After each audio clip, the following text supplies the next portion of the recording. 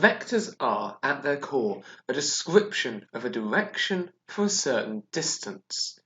You may see vectors represented like so, with a column vector that's a x value on top of a y value in between vertical brackets.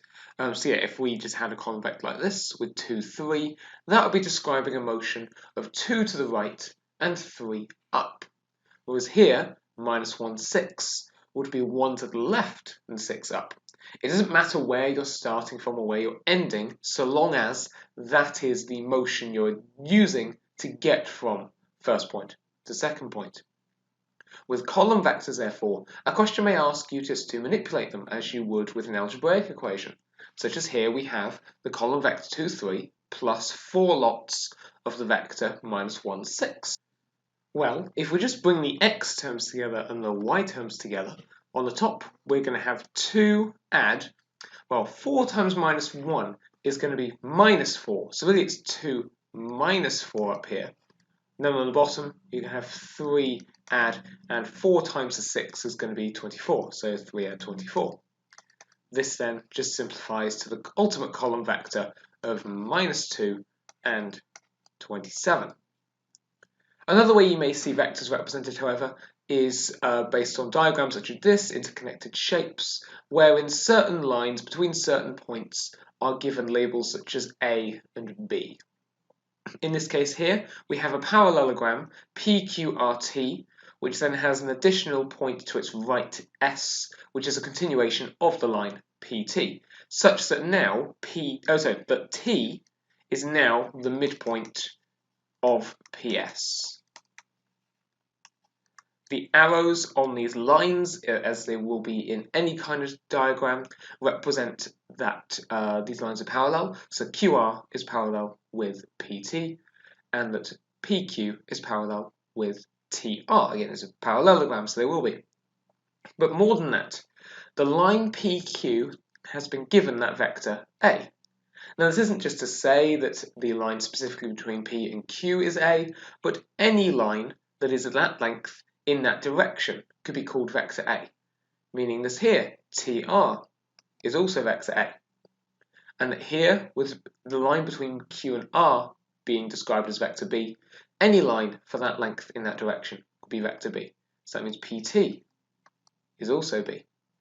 And yet, not only that, but if T is the midpoint of PS, then PT is the same as TS, which means that TS is vector B yet again. Now the arrows are important as well. They are giving the direction towards the vector. If we are going from P to Q, that will indeed be vector A. But if we were to go from Q to P, that would be vector minus A.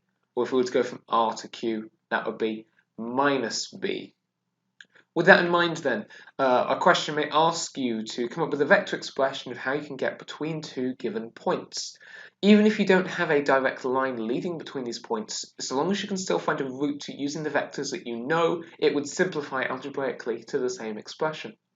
So for instance, if we wanted to go from P to R, we don't have a diagonal going straight from P to R, but we can do P to Q and then Q to R. P to Q was that vector A, and then Q to R was that vector B.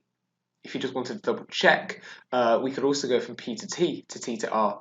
P to T is going to be B, T to R is going to be A. B add A, because it's just addition, it's going to be the same as the original one. It doesn't matter the order, so it is the same.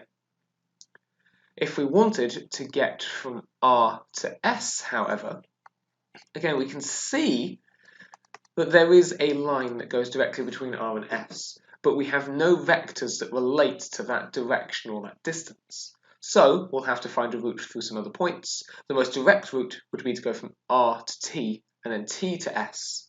Going R to T is going against the arrow, so that'll be minus A, and then T to S is going with the arrow, so that's a plus B. If you want to do a different route, you could go an even longer way around. You could go R to Q, which would be minus B, Q to P, which would be minus A, P to T, which would be plus B, which is now going to cancel with that previous minus B here. So far we're just left with minus A, and then add another B, so minus A plus B, yeah, it's the same thing. And that pretty much is the basics for questions that could involve vectors. The complications may come just from slightly more complex diagrams. With that in mind, therefore, what if we just got you to do a question of your own? We'll just clear up some space here. So, you're to be given that the vector A has the column vector 1, 2, and that the column B has the column vector 1, minus 4. Firstly, could you work out what the column vector expression, therefore, of 6A minus 9B would be? And then secondly, if just on these axes here, if we were to say that this coordinate was at 5, 3, and we had a coordinate over here which was at 8, 3, how, using vectors A and B, could you get from here to here? If you just want to pause the video there and have a think about that, and then when you're ready, press play and we can compare. Alright, so first of all, with the column vectors, if we have 6 times A, that's going to be, well, 6 times 1 is 6, and 6 times 2 is 12. Then minus from these, we can have 9 times the 1, which is minus 9, and then 9 times the minus 4. Now 9 times minus 4 would be minus 36, but then you're minusing that minus 36, meaning it's going to be added. So, overall, this leads to 6 minus 9, which is minus 3, and 12 add 36, which is going to be 48. Now, as for this problem here, as we were saying with these kind of diagrams, and it's not exactly the same, but the principle is that you can take multiple routes and still get to the same place because it will simplify algebraically. So long as you do the same ratio of A's to B's, you will get there. For instance, if we were to take one lot of A, that could get us to here, which would be 6, 5. And then you took another one, that could get us to here, which would be at 7, 7. And then if you took, so these are A's, to be clear. Then if you took a B down to here, so adding another one gets us 8, minus 4 gets us to 3. So yeah, any kind of combination of 2A add B would get you from here to here. Okay, now if we're all right with that, let's turn to look at an exam question. Here we have a diagram which is more like what I showed above, although here is a triangle with a line continuing off, not a parallelogram. So we're told here that N is a point on AP, where, as we can now see, A to N will have the vector 2B, and N to P will just have the vector B. In a similar manner, we can then see that A to B is going to be vector A. All of this is just confirmed by these annotations here. So first of all, the question would like us to find the vector P to B. Now, as we see, we do have a line between P and B, but we don't have any vector expressions for them. So instead, we'll have to take a longer route. We can go P to A, and then A to B. P to A, we're going to be going against both of these vectors here. So in total, it's going to be a minus, because we're going against, and 3B. For then A to B, we're just going along vector A. So in total, P to B, it doesn't really matter if you write it alphabetically or not. You can either say it's like A minus 3B or minus 3B plus A. They're the exact same thing. Following on from that then, we're told that B is the midpoint of AC, which means that AB is going to be the same as BC, which means already we can just label BC as another vector A. Then also that M is the midpoint of PB. Now I'd like us to show that NMC is a straight line, and this question has been starred, which does show it's a little bit more complicated. If you're going to show that points lie on a straight line, you basically want to show that that line that would go through them can be broken up into parts of the same vector. So we should be able to get the same amount of A and the same amount of B just multiplied to different respects by a common ratio, depending if we're going to N to M or M to C or N to C. If we were to pick, say, N to C,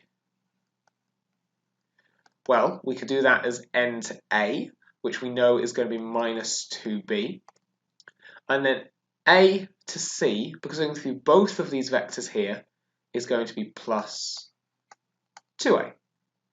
So, if therefore, when we get our N to M or M to C, we can similarly get the coefficients of the A and the B being the same, with B then just being negative, we'll be able to show that they lie on a straight line. So let's say going for N to M. Now, to go from N to M, what we might do is go from N to P and then P to M. And I'll explain why I've specified that in a second. Of course, as always, you can take other routes if you please. Going N to P would be a positive B to start with. But then, if M is the midpoint of PB, then P to M is going to be half of the vector equation that we created for PB. So if we just take the minus 3B plus A, just because it's the same order of B and A as we got for NC, you would then have minus 3 over 2B plus a half A.